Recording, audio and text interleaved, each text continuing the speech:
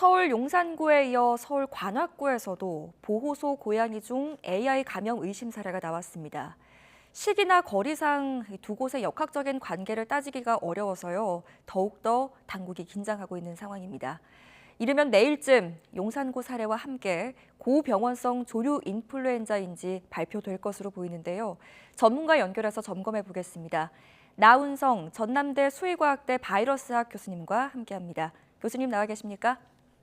네, 안녕하세요. 네, 안녕하십니까. 현재 서울 관악구 고양이 집단 감염 사례에 대해서 당국이 고병원성 여부 정밀 검사에 들어갔습니다. 내일쯤 발표가 될 것 같은데요. 어떻게 전망하십니까? 예, 어젯밤에 관악구 소재 민간 동물보호소에서 한 고양이가 인근 병원에서 식욕 부진, 그다음에 호흡기 증상으로 진료받던 중에 이제 폐사하였고요. 그 진료를 했던 동물병원장이 검역본부에 이제 신고를 했습니다. 이제 병원에서 이제 폐사한 고양이가 같이 생활하던 이제 동물보호소에 있는 또 다른 이제 10마리 고양이를 전수 조사를 했고요. 추가로 여기서 이제 H5형을, 추가로 이제 2마리가 감염 진단을 받았습니다. 그래서 추가로 이 H5가 고병원성인지 저병원성인지 감별하는 정밀 진단 중에 있습니다. 네, 당국이 더욱더 지금 긴장을 하고 있는데 어떤 점을 지금 주목하고 있을까요? 가장 지금 주목하고 있는 부분은 어떻게 유입이 되었는지 원인 파악이 가장 우선입니다. 그래서 네. 조류 독감이 주로 발생하는 철새 도래지 근처나 가금 사육 환경이 아니고 현재 지금 시내 한복판에 감염체가 들어왔다는 것인데요. 고양이 활동 패턴상 이게 조류의 분변을 이렇게 직접적으로 섭취하거나 이렇게 뭐 만지거나 이게 냄새를 맡거나 그러진 않거든요. 그래서 네.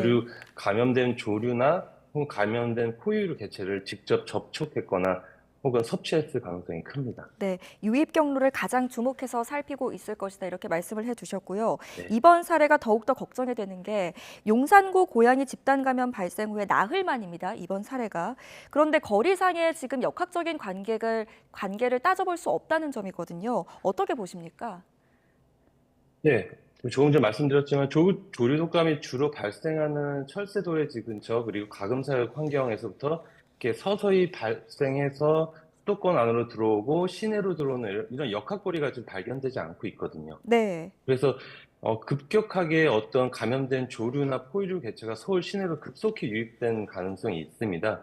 그래서 이것을 길고양이가 직접 접촉 혹은 섭취했을 가능성이 크기 때문에 이 역학적 고리를 풀기는 아직 상당히 난항이 예상됩니다. 예. 네, 그래도 좀 추정을 하신다면 이번 관악구 사례는 어떤 원인으로 지금 추정을 하고 계실까요?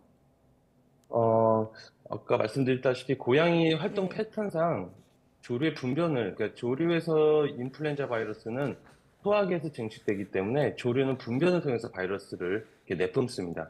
근데 이제 고양이는 이 분변을 직접 섭취하지 않았을 가능성이 가장 크고요. 네. 그래서 감염된 조류나 포유류를 직접 접촉했을 거라고 판단이 되고 있습니다. 이번 관악구에서도. 네. 네, 알겠습니다. 정확한 원인은 일단 조금 더 조사를 해봐야 할 것 같고요. 지금 이 고양이들이 있었던 장소가 긴급 방역 조치를 했다고는 하는데 직접적으로 이 고양이들을 접촉한 동물병원 그리고 보호소 종사자들은 어떤 조치가 있었나요?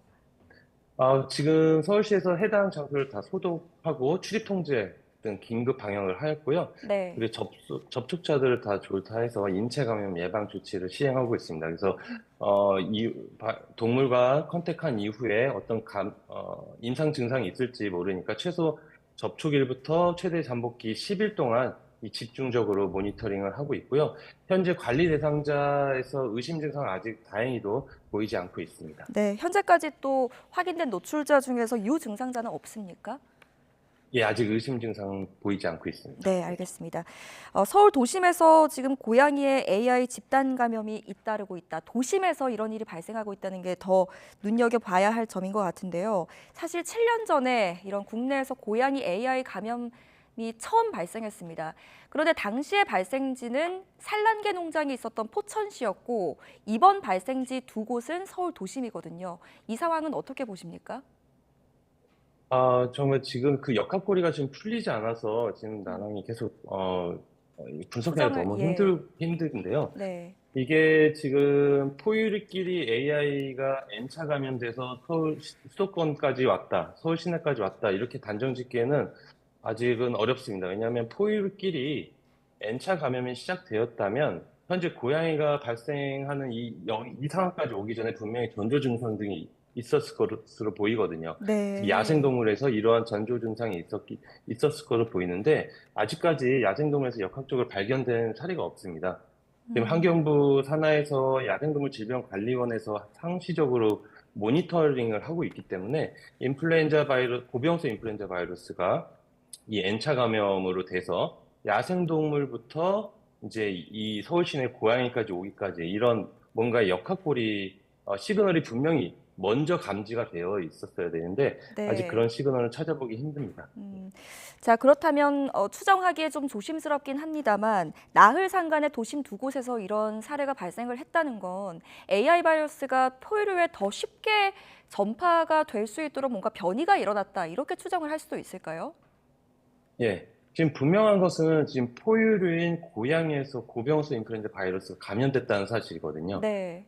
그래서 전 세계적으로 지금 가장 유행하고 있는 2344 고병어성 인플루엔자 바이러스 이 개통수가 전 세계적으로 많이 퍼져 있고, 아, 지금 지난 예. 폴란드 건에서도 마찬가지로 포유류 안에서 더 증식이 잘 되도록 이 AI 바이러스가 변이되었던 사실이 나타났습니다. 현재 국내에서도 이 용산과 그 관악에서 분리된 이 바이러스가 폴란드에서 발견됐던 그 변이주가 동시에 똑같이 발견되는지 지금 현재 분석 중에 있고요. 지금 가장 주목하고 있는 단백질은 PB2 단백질에 620번, 627번과 701번의 변이가 있는지 없는지 지금 가장 유의 깊게 관찰하고 있습니다. 네, 알겠습니다. 폴란드 사례 그리고 지금 전 세계적으로 이런 사례가 발생하고 있다 이렇게 언급을 해 주셨는데 그래서 WHO가 공식적으로 우려도 나타냈습니다. 우리나라 상황도 전국적으로 발생이 가능하다 이렇게 가능성은 어떻게 보십니까?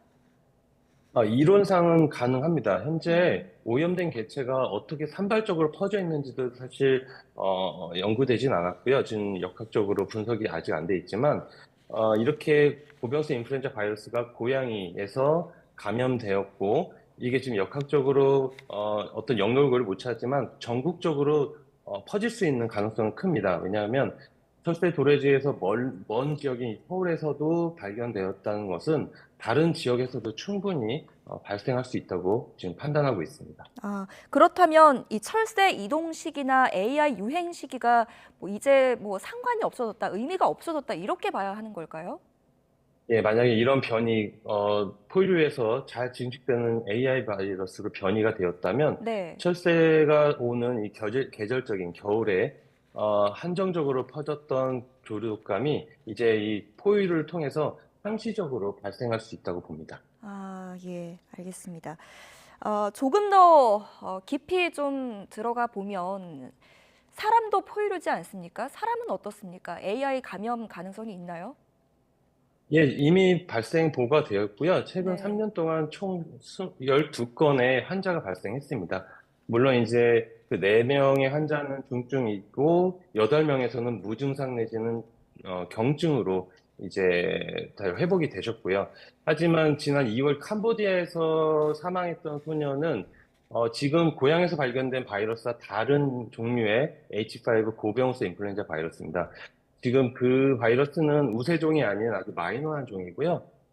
우리나라에서 발견된, 고양이에서 발견된 고병수 인플루엔자 바이러스는 아직 인간에서 그렇게 큰 중증을 일으키는 이런 바이러스로 판단하고 있지는 않습니다. 아, 이제 사람마다 증상이 다양하겠지만 공통적으로 인간이 AI에 감염이 된다면 공통적으로 나타나는 증상이 있습니까? 예, 어, 기본적으로 하부호흡기에서 바이러스가 증식하기 때문에 네. 일단 호흡기 증상, 즉 폐렴, 중증을 갔을 때는 폐렴까지 발전하게 되고요. 네. 기본적으로 콧물, 기침, 고열을 보일 수 있습니다. 예. 아, 교수님께서는 전문가시기 때문에 이번 상황을 얼마만큼 좀 어느 정도 수준으로 위험한 상황이다 이렇게 보시는지도 좀 궁금합니다. 아직까지 CDC에서 발표한 것처럼 공중보건학상으로 현재 위협이 될 만한 상태는 아닙니다. 이 바이러스 자체가 아직 사람에서 중증을 크게 일으키거나 사망을 일으키는 고병성은 아니기 때문에 네. 물론 이제 조류나 가금류에서는 고병원성이지만 사람에서는 아직 크게 위협을 주는 바이러스는 아니라고 생각합니다. 하지만 이 바이러스는 현재까지 변이 수준에서는 이 정도이고 포유류와 만난 이제 고양이까지 온 상태이기 때문에 포유류에게 한번 숙주 적응성을 계속 가지게 되면 이 병원성이 계속 이게 높아질 가능성도 있습니다. 그래서 현재는 주의 정도의 단계이지만 앞으로 이것이 경계나 심각으로 올라갈 수도 있는 단계도 생각할 수 있기 때문에 네. 주의 깊게 관찰을 해야 될 것 같습니다. 네, 알겠습니다. 야생조류 사체나 이런 분변을 접촉하지 마시고요. 공중위생상 손 씻기 등을 항상 일상생활에서 하시면 충분히 예방할 수 있기 때문에 너무 우려하지 않으셔도 될 것 같습니다. 예, 네, 알겠습니다. 내일 정부의 결과를 좀 기다려 보겠습니다. 여기까지 듣겠습니다. 지금까지 나운성 교수님과 함께했습니다. 잘 들었습니다. 네, 감사합니다.